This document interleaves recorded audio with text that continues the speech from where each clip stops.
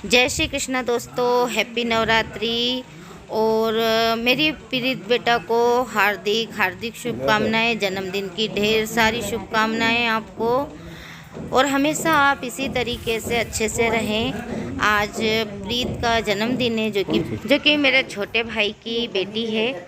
और फ्रेंड्स, मैं यहाँ पर माता जी का श्रृंगार कर रही हूँ। आज है शरद नवरात्रि, पहला नवरात्र है आज। और आज के दिन बहुत सारा काम रहता है और सुबह का जल्दी का मुहूर्त था, इसी कारण से सारे भगवान उनको मैंने नहला धुला के रख लिया है और एक एक जने का श्रृंगार करके और उन्हें स्थापित करती जाऊंगी। और ये देखिए, मैं मेरी माता जी के लिए इस बार गजरे लेके आई हूँ। तो वो गजरे के तौर पे तो नहीं लगे, तो मैंने माता जी को उसी का फिर से माला बना के पहना दिया। और सच में भी माता जी बहुत सुंदर लग रही थी। और फ्रेंड्स, आज से सबके नवरात्रि के उपास चालू हो गए हैं। आप सब लोगों को बहुत बहुत बधाई हो नवरात्रि के व्रतों की।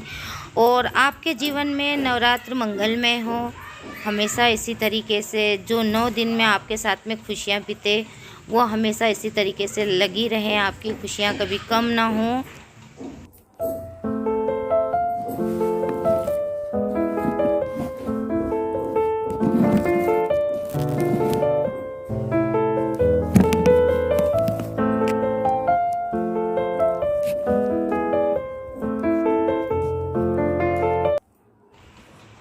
और मैं यहाँ सोच रही थी कि माता जी को एक छोटा सा गजरा भी पहना दूँ गले के अंदर, इसी से श्रृंगार किया जाए। पर वो कुछ जमा नहीं। और जैसे इसको पलट के उतारा तो देखा, तो माता जी के सर पर ऐसा लग रहा था कि जैसे मैं उनको गजरा लगा रही हूँ। तो फिर मैंने उसी तरीके से माता जी का श्रृंगार पूरा कंप्लीट करा है। वैसे तो माता जी मेरी पूरी श्रृंगारित ही हैं पीतल से। और अब इन्हें मैं यहाँ श्रृंगार करके 9 दिन के लिए स्थापित कर दूँगी। नवरात्रि की पूरे 9 दिन तक इन्हें मैं नहीं उठाती हूँ, एक जगह रख कर ही पूजा करती हूँ। इसीलिए मैं माता जी का एक छोटा सा दरबार सजाने की कोशिश करती हूँ। हर नवरात्रि में करती हूँ मैं, यहाँ तक कि गुप्त नवरात्रि में भी इनका श्रृंगार करती हूँ। और गुप्त नवरात्रि में भी इन्हें मतलब स्थापित करती हूँ मैं। यही एक कारण है छोटा सा कि मुझे गुप्त नवरात्रि की भी जानकारी जब मिली, तो जब तक नहीं मालूम था तब तक ठीक था। और बड़ी सुंदर लग रही है ना तुम तो।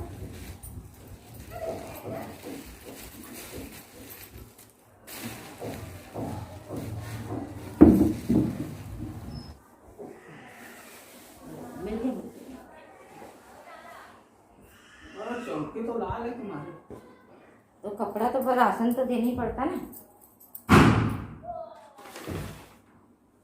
लो आओ।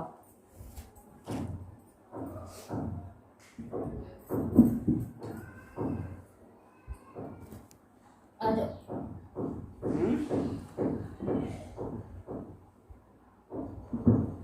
ये सब लक्षण पक्षण ऐसा करो कि कहीं खींचना मत, बाहर हो जाए। ये यहाँ अच्छा नहीं लगेगा क्या? आगे रखो ना, पीछे क्यों रखो? पीछे क्या रखूंगा, वहीं बिठाऊंगी, फिर यही सामान जमाती जाऊंगी ना मैं।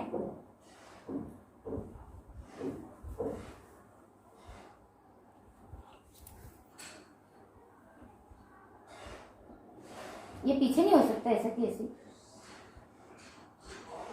पर्दे के पीछे चले। और माता जी का स्थान लगाने के बाद में मैंने सर्वप्रथम गणेश जी का पूजन किया है। गणेश जी का पूजन करने के बाद में कलश स्थापना की है। और कलश स्थापना करने के बाद में मैंने विष्णु भगवान और लक्ष्मी जी को भी साइड में ही स्थापना दी है। क्योंकि कलश स्थापना में मैंने सादे जल के बाद में उसमें नर्मदा जी का जल, गंगा जल और एक पान का पत्ता लेना चाहिए, पर मेरे पास में पान का पत्ता नहीं था, तो मैंने आम के पत्ते के अंदर ही ऊपर ही मतलब चावल के ऊपर सिक्का, लौंग, कमलगट्टे, लौंग, इलायची और ये सब रख के, फूल रख के और उसमें पूजन कर दिया है उसका।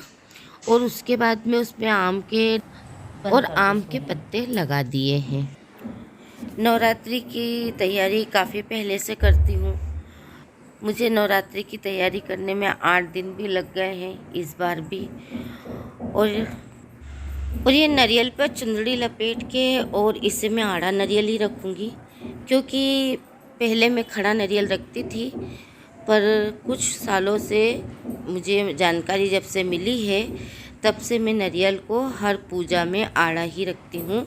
जो उसकी आँख और जो नाक बने रहते हैं उसमें हमारा दर्शन होना चाहिए, ये भी ध्यान रखती हूँ कि आँखें ऊपर हो और वो नीचे हो। मालूम पड़ जाता है नारियल देखने पर कि आँखें किधर दिख रही हैं और नाक किधर है। तो जब से जानकारी प्राप्त हुई है तब से यही कर रहे हैं। और कलश के ऊपर एक कटोरा भर के चावल रख के और फिर वो करती हूँ।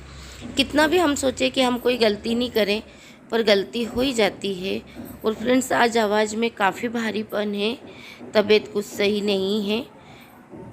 होता है कभी सभी, अब पहले जितनी क्षमता नहीं रह गई है। और आज तो इन्होंने बहुत ही अच्छा काम करा है, कोई सी भी साइड पे नहीं गए हैं और सब दूर से कह दिया है कि घर में माताजी बैठ रही है। और शायद मेरी तकलीफ़ देखते हुए इन्होंने माताजी बिठाने के लिए पूरे दिन का ही अवकाश रख दिया है और साइड पे भी नहीं गए हैं। वैसे हर संडे ये साइड पे चले जाते हैं। और इन सबको स्थापित करने के बाद में, कलश पूरी तरीके से रखने के बाद में, सबसे पहले मैंने दीपक चैतन्य किया है। हेलो, जय श्री कृष्णा दोस्तों, कैसे हैं आप सब लोग। मैं यही उम्मीद करती हूँ कि आप सब लोग बहुत अच्छे होंगे। और फ्रेंड्स, माताजी की पूरी तैयारी हो चुकी है और अब मैं पूजा करने जा रही हूँ। घट स्थापना, कलश स्थापना जो थी वो 11:45 पे थी, 11:09 से थी। तो मैंने जब से पूजा चालू कर दी थी। और अब आप देखिए कि पूरी तरीके से माताजी को बिठा दिया है। और अब मैं शुरू करूँगी पूजा। सबसे पहले गणेश पूजन, फिर कलश पूजन, फिर माताजी का पूजन और फिर बाकी सभी देवी देवताओं का बारी बारी से पूजन होगा। और इतना सब कुछ करने में समय तो लग ही जाता है, इसलिए मुहूर्त के अंदर जो जो काम हो सकते हैं वो सब हो चुके हैं। और पूजा चल रही है, अभी 2 बजे का समय हो रहा है।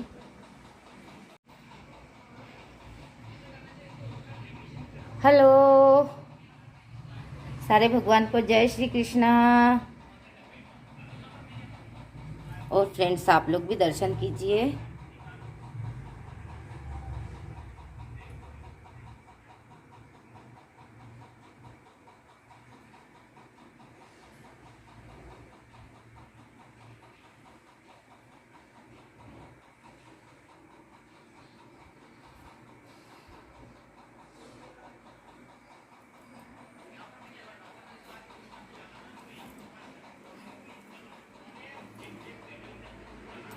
और ये सब पूजन सामग्री है।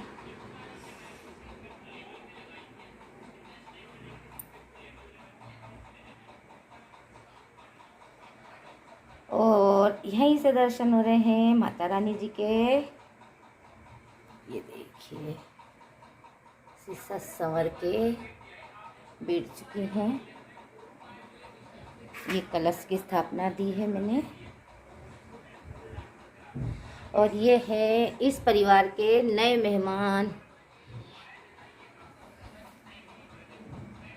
और ये गजानन महाराज जी, इनकी पूजा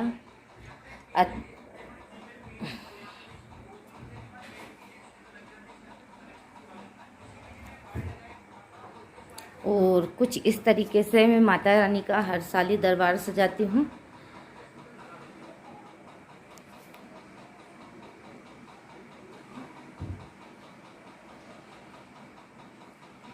एक छोटी सी कोशिश रहती है माता जी को मनाने की या नवरात्र मनाने की।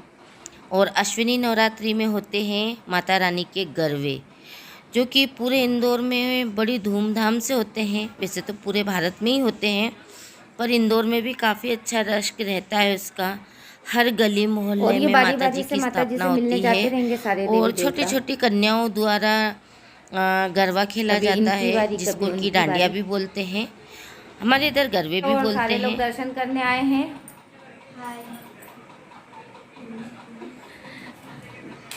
चलो, राजू को बोलना कि ना, है ना। और बच्चे एक दूसरे को यहाँ से निकलते हैं देखते हैं तो बार बार बोल रहे थे मोहसिन ने बहुत अच्छी माता जी बिठाई है। तो पायल भी देखने आई थी, पास से नन्नू भी आई थी। नन्नू तो इसलिए आई थी कि बुआ जी मुझे साड़ी पहना दोगे क्या। तो मैंने कहा बेटा आज तो मेरे पास में बिल्कुल भी समय नहीं है और तुमको जाना है। और मैं अखंड जोत नहीं जलाती हूँ। अखंड जोत जलाने के लिए बहुत सारे नियम कानून करना पड़ते हैं। जवारे भी नहीं बोती हूँ। जवारे और अखंड जोत के लिए 2 व्यक्ति साथ में होना चाहिए। किसी परेशानी के चलते अगर आप पूजा पाठ नहीं कर पा रहे हो तो वो कर दें। और मैं नवरात्र में अपनी पूजा अकेले करती हूँ, इसलिए मैंने कभी भी नवरात्र में जवारे और वो नहीं दिए हैं। बस माता जी की मूर्ति की स्थापना दे के और पूजा पाठ करके और बस इसी तरीके से मैं इसको माता जी का ये त्यौहार मना लेती हूँ। ये मूर्ति मेरे पास में काफ़ी 15-16 सालों से है। ये मैंने खुद ने ही इन्हें बुलवाया था। और खैर हम खरीद क्या सकते हैं, हमारी तो भगवान खरीदने की औकात नहीं है। पर कुछ ऐसी चीज़ें हुई थी मेरे साथ में कि ये मूर्ति मतलब समझ लीजिए कि एक वरदान के जैसे ही आई हैं। और इनके आने के बाद से मुझे कभी कोई परेशानी नहीं आई है।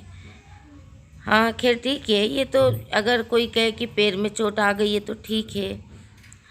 कहते हैं लोग कर्मदंड है, पर मैं इसे कर्मदंड नहीं मानती हूँ। अगर आप आगे, मैं किसी के भी कर्म को दंड नहीं मानती हूँ।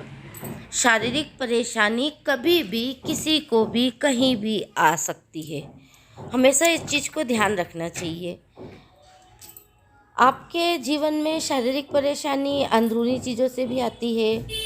अब ये तो मुझे टक्कर लगी और मैं गिर गई और पैर ऐसा हो गया है मेरा, इसका ये मतलब नहीं है कि मेरे कर्म दंड है। पर ठीक है, अपनी अपनी सोच है, जो जैसा सोचे। और भगवान के सहारे तो हम हमेशा ही रहते हैं, आगे भी रहेंगे। और जिसकी जितनी सांसें और जितनी तकलीफ़ें उसके जीवन में दी है मालिक ने, वो हमें पूरी करना ही पड़ेगी। किसी भी हालत में हम उस चीज़ से मुंह नहीं मोड़ सकते हैं। और पूजा करने में काफ़ी समय लगता है मुझे, 3-4 घंटे भी लग जाते हैं। इतना सब सजाना संवारना, इनको बिठाना। और आज ही मैंने ये मंडप भी आज ही तैयार करवाया है। रात में सोचा था करने का, पर थकान के कारण नहीं कर पाए थे। तो फिर और कल दिन में मैं बाज़ार गई थी, चलने में ज़्यादा आ गया था तो पैर भी दुख रहा था। और इसी के साथ में मेरी यहाँ पे पूजा पूरी हो गई है। और मैं माता रानी से यही आशीर्वाद लेना चाहूँगी कि जितने लोग भी मेरा ब्लॉग देखते हैं उन्हें भी पूजा का सारा फल मिले और आपके दर्शन करने वालों की हर मनोकामना पूरी होए और मेरी भी हर मनोकामना पूरी होना चाहिए। और फ्रेंड्स, अभी सुबह की पूजा मेरी पूरी हो चुकी है और अब मैं शाम को पूजा करूँगी, पाठ भी करूँगी। और अब मोनू को फ़ोन लगा के बात करती हूँ कि क्या करना है। और ये देखिए,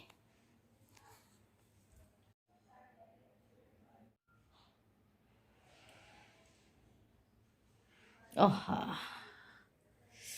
वो जो ऑरेंज कलर आ जाता ना एकदम से, मस्त लगता वो वाला।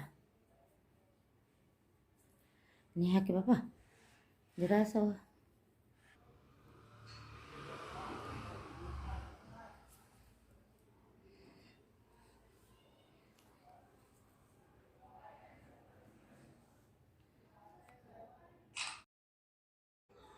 तैयारी करके देखा ही नहीं था कि कैसा क्या लग रहा है।